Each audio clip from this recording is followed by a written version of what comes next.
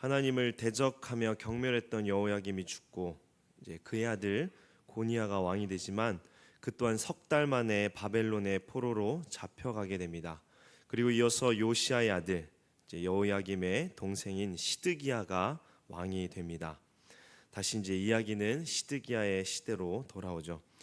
1절을 보면 이 시드기야는 누가 왕으로 세우는가를 알 수 있습니다. 요시야의 아들 시드기야가 여호야김의 아들 고니야의 뒤를 이어 왕이 되었으니 이는 바벨론의 느부갓네살 왕이 그를 유다의 땅으로 왕으로 삼음이었더라. 시드기야를 누가 왕으로 세우나요? 바벨론의 느부갓네살 왕이 그를 유다 땅의 왕으로 삼았다고 말씀하고 있습니다. 이 바벨론이 세운 왕이기에 시드기야는 친 바벨론 정책을 이제 펼칠 것 같지만 2절을 보면 그는 반 바벨론 정책을 펼치는 것을 알 수 있습니다. 2절에 그와 그의 신하와 그의 땅 백성이 여호와께서 선지자 예레미야에게 하신 말씀을 듣지 아니하니라. 하나님께서 예레미야 선지자를 통하여 하신 말씀이 무엇인가요? 이 바벨론에게 항복하여 복종하라고 명령하셨습니다. 예레미야 27장 12절에 보면 내가 이 모든 말씀대로 유다의 왕 시드기야에게 전하여 이르되 왕과 백성은 바벨론 왕의 멍에를 목에 메고 그와 그의 백성을 섬기소서 그리하면 사실이라. 또 그 27장 17절에 너희는 바벨론의 왕을 섬기라 그리하면 살리라. 어찌하여 이 성을 황무지가 되게 하려느냐. 하나님의 뜻은 이스라엘이 바벨론을 섬기는 것입니다. 하나님께서 왜 이스라엘을 바벨론에게 넘기신 것인가요? 하나님께서 유다의 죄를 심판하시기 위해 바벨론 군대를 보내시는 것이기에 그들과 싸우지 말고 그 멍에를 받아들이도록 하신 것입니다. 그러나 2절에 시드기야와 그의 신하와 유다 백성들이 예레미야에게 하신 말씀을 듣지 아니하였다라고 말씀합니다. 오히려 시드기야는 3절에 보면 그의 신복인 여우갈과 제사장 스바냐를 예레미야에게 보내어 우리를 위하여 우리 하나님 여호와께 기도하도록 청합니다. 사실 기도하라는 명령을 내리죠. 그는 예레미야 선지자의 말씀을 전혀 듣지 않다가 불신앙적인 삶을 살다가 위기가 찾아오자 예레미야에게 기도하라고 명령한 것입니다. 3절에 시드기야가 원하는 우리를 위하여는 무엇일까요? 당시 시드기야뿐만 아니라 왕실의 권력자들 대부분이 이 반바벨론이며 친애굽파였습니다. 애굽은 어떤 나라인가요? 오래전부터 세상을 호령하던 강대국이었습니다. 그런데 이 애굽이 쇠약해지고 바벨론이라는 신흥 강대국이 나타나게 된 것입니다. 이 두 강대국 바벨론과 애굽의 이 싸움 사이에 남유다가 낀 것입니다. 유다는 이 두 강대국 사이에서 어느 편에 설 것인지가 굉장히 중요했습니다. 바벨론이냐 애굽이냐. 두 거대한 나라의 싸움에서 잘못 선택했다가는 이 나라가 멸망하게 될 그런 상황에 처해 있던 것입니다. 그러나 애굽은 이제 이빨 빠진 늙은 호랑이였습니다. 강대국이라는 말은 과거 시절이지 현재는 그렇지 않다는 것입니다. 그러나 옆에서 애굽이라는 강대국을 지켜봤던 유다는 애굽이 바벨론에게 질 것이라고 믿기가 어려웠습니다. 아무리 늙은 호랑이지만 설마 새롭게 등장한 바벨론에게 지겠는가? 이러한 두 거대한 나라의 싸움 사이에 남유다는 바벨론이 세운 시드기야가 왕이 되지만 시드기야와 그의 신하들은 바벨론의 꼭두각시로 사는 것이 너무도 싫었습니다.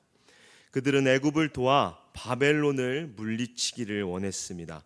그러나 바벨론의 군대는 예루살렘의 성을 에워쌌고 이 위기를 극복하기 위해 예레미야의 기도가 필요했던 것입니다. 그는 하나님의 뜻을 위하여 기도를 요청한 것이 아니라 자신의 정한 뜻을 위하여 기도하도록 명령했습니다. 예레미야가 참 선지자임을 알았던 시드기야는 예레미야의 기도를 들으시고 유다를 돕기 위해 출정한 애굽 군대를 이 하나님께서 도우심으로 바벨론 군대를 유다 땅에서 완전히 몰아내 주시기를 기대했던 것입니다. 아마도 히스기야 시대에 아수르의 사네립이 군대를 이끌고 예루살렘 성을 에워쌌을 때 이사야 선지자의 기도를 들으시고 이 아수르의 군사 18만 5천을 물리쳤던 것을 기억하고 기대했을지도 모릅니다. 그러나 하나님의 뜻을 위해 기도하는 예레미야는 후에 이 기도를 거절하였고 시드기야는 요청을 거절한 그를 감옥에 가두는 악행을 저지릅니다. 시드기야는 예레미야에게 기도를 요청함과 동시에 애굽에게 또한 도움을 요청했었습니다. 시드기야는 당시 바벨론을 대적할 수 있는 유일한 세력으로 아까 말씀드린 대로 애굽을 생각하고 있었습니다. 약해졌지만 여전히 강한 강대국. 그래서 시드기야는 애굽과 동맹을 맺으며 반바벨론 정책을 펼쳤던 것입니다. 시드기야가 애굽과 동맹을 맺었다는 소식을 들은 바벨론이 가만히 있었을까요? 바벨론은 시드기야를 응징하기 위하여 군대를 이끌고 유다로 진격하여 예루살렘을 포위하기에 이른 것입니다. 그때 시드기야는 애굽의 원군 파견을 요청합니다. 우리는 5절을 통하여 이러한 시드기야가 애굽의 도움을 청한 것을 알 수 있습니다. 5절에 바로의 군대가 애굽에서 나오매 예루살렘을 에워쌌던 갈대아인이 그 소문을 듣고 예루살렘에서 떠났더라. 시드기야는 한편으로는 하나님께 기도를 요청했지만 동시에 한편으로는 세상의 힘을 의지하였던 것입니다. 사실 애굽의 군대가 움직인 것은 자신의 영토를 되찾기 위함이었습니다. 그런데 이 유다가 보기에는 자신들을 위하여 움직인 것으로 보였던 것이죠. 애굽의 군대로 인하여 바벨론의 군사들이 예루살렘에서 물러나자 시드기야와 그의 신하들 그리고 유다 백성들에게는 희망이 보였습니다. 애굽을 도와 바벨론을 물리칠 수 있을 것이라는 기대가 커진 것입니다. 그러나 그들의 이러한 믿음은 헛된 소망이며 스스로를 기만하는 자기 확신이었습니다. 예레미야에게 하나님께서 말씀하시는데요, 그들의 기대를 산산조각 내시는 예언의 말씀이 선포됩니다. 이 말씀은 기도를 요청하러 온 여우갈과 스바냐에게 전하는 예언입니다. 7절 8절 말씀인데요, 우리 7절 8절 말씀 두 절 함께 읽겠습니다. 이스라엘의 하나님 여호와께서 이와 같이 말씀하시니라. 너희를 보내어 내게 구하게 한 유다의 왕에게 아뢰라. 너희를 도우려고 나왔던 바로의 군대는 자기 땅 애굽으로 돌아가겠고 갈대아인이 다시 와서 이 성을 쳐서 빼앗아 불사르리라. 하나님께서는 시드기야의 기대와 반대로 말씀을 하십니다. 스스로 기도하지 않고 기도에 부탁을 한 시드기야에게 하나님께서는 바로의 군대가 자기 땅으로 돌아갈 것이다 라고 말씀합니다. 그리고 물러났던 갈대아인 바벨론 군대가 예루살렘으로 돌아와 성을 함락하고 불태워 버릴 것이라고 말씀하십니다. 9절에 하나님께서는 회개치 않는 시드기야와 유다 백성들에게 이렇게 말씀하십니다. 여호와께서 이와 같이 말씀하시니라. 너희는 스스로 속여 말하기를 갈대아인이 반드시 우리를 떠나리라 하지 말라. 그들이 떠나지 아니하리라. 그들은 바벨론의 군대가 자신들을 멸망시킬 것이라는 예언을 수차례 들었습니다. 이러한 예언을 들었음에도 그들은 회개치 않고 자신들의 믿고 있는 바를 붙잡았습니다. 그 믿고 있는 것이 무엇인가요? 그것은 하나님께서는 결코 자신들을 떠나지 않으시며 이 성전이 있는 예루살렘을 반드시 지켜주실 것이라는 잘못된 믿음이었습니다. 그들은 현실을 바르게 바라보지 못하고 자신들의 신념, 자신들의 믿음을 위하여 기도하고 기대하였습니다. 그러나 하나님께서는 그들에게 스스로를 속였다고 말씀합니다. 하나님께서는 10절에 이 바벨론 군대가 유다와 애굽의 동맹군에 의해 패전해도 부상자만 남는다 하더라도 유다는 반드시 멸망하게 될 것이라고, 하나님의 뜻이 결코 변함이 없다는 것을 말씀합니다.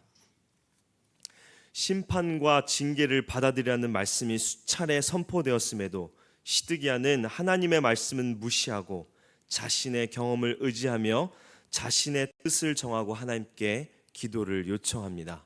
하늘의 뜻이 이루어지도록 간구하는 것이 아니라 자신의 뜻을 이루어지도록 하나님의 마음을 바꾸게 하는 이 세속적 신앙의 모습은 오늘날 우리들도 쉽게 범하는 모습일 것입니다. 유다 백성들이 멸망 직전까지 붙잡던 그 믿음은 어디서 온 것인가요? 자신들의 생각, 자신들의 원하는 소망이었지 하나님의 말씀이 아니었습니다. 우리가 믿고 있는 것은 무엇인가요? 하나님의 말씀입니까? 아니면 나의 생각인가요? 말씀을 통하여 깨닫는 현실이 내가 생각하고 내가 기대하는 바와 다를 때 여러분은 어떤 것을 붙잡고 기도하시겠습니까? 하나님의 말씀과 내가 경험한 지식이 충돌할 때 여러분은 무엇을 의지하시겠습니까? 헌신과 희생, 정의와 사랑 실천의 요구에는 이 귀를 닫고 자기의 안녕과 복을 위한 것에 몰두하지는 않습니까? 믿고 싶은 대로 믿는 신앙이 아니라 말씀대로 믿는 저와 여러분 되기를 바랍니다. 나의 소망을 위한 신앙이 아니라 하나님의 뜻을 알기에 힘쓰며 하나님의 뜻을 온전히 이루는 저와 여러분의 삶이 되기를 주님의 이름으로 축원합니다. 함께 기도하겠습니다.